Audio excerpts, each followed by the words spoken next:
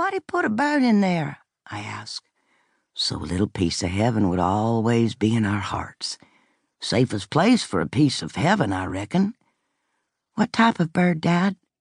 Well, little Indian, he says, striking the match against the sandpaper ribbon on his wide-brimmed hat to light a cigarette. I think she'd be a glittering bird, and her whole body would shine like little fires of light, the way Dorothy's ruby slippers did in that movie. What movie? The Wizard of Oz. Remember Toto?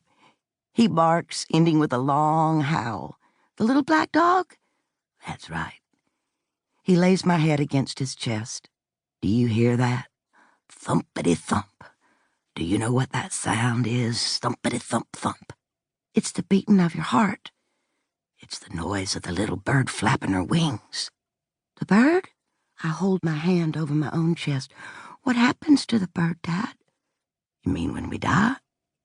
He squints at me as if my face has become the sun. Yes, when we die, Dad. Well, the glass heart opens like a locket, and the bird flies out to lead us to heaven so we don't get lost. It's very easy to get lost on the way to a place you've never been before. I keep my ear against his chest, listening to the steady beating. Dad, I ask, does everyone have glass hearts? Nope. He takes a drag on his cigarette. Just me and you, little Indian, just me and you. He tells me to lean back and cover my ears. With the cigarette hanging in the corner of his mouth, he raises the shotgun and fires. Part 1. I Am, 1909 to 1961. Chapter 1. There shall be weeping and gnashing of teeth. Matthew 8:12. A girl comes of age against the knife.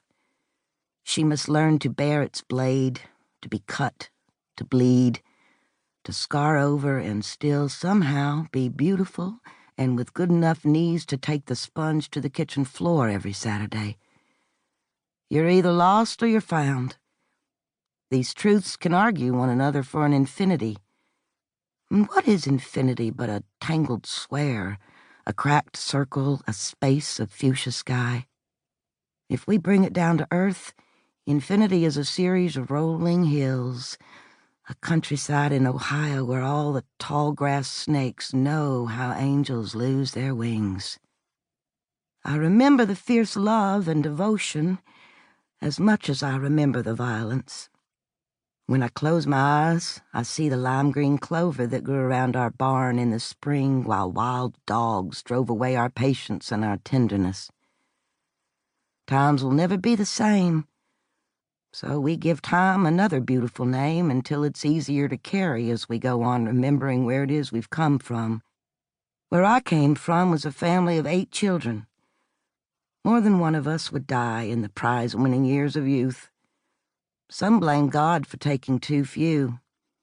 Others accuse the devil of leaving too many. Between God and devil, our family tree grew with rotten roots, broken branches, and fungus on the leaves. It grows bitter and gnarled, Dad would say of the large pin oak in our backyard, because it doubts the light. My father was born April 7th, 1909, in a Kentucky sorghum field downwind from a slaughterhouse. Because of this, the air smelled of blood and death. I imagine they all looked at him as if he were something born of these two things. My boy will need to be dunked in the river, his mother said over his tiny reaching fingers. My father descended from the Cherokee through both his maternal and paternal lines. When I was a child, I thought to be Cherokee meant to be tethered to the moon, like a sliver of light unraveling from it. Jalagi Anadisti. Following our bloodline back through the generations, we belonged to the Anawati clan. Members of this Cherokee clan were responsible for making a special red paint used in sacred ceremonies and at wartime. Our clan was the clan of creators, my father To keep listening to this audiobook, I've left you a link in the description so you can do it, at no cost thanks to Audible's 30-day free trial.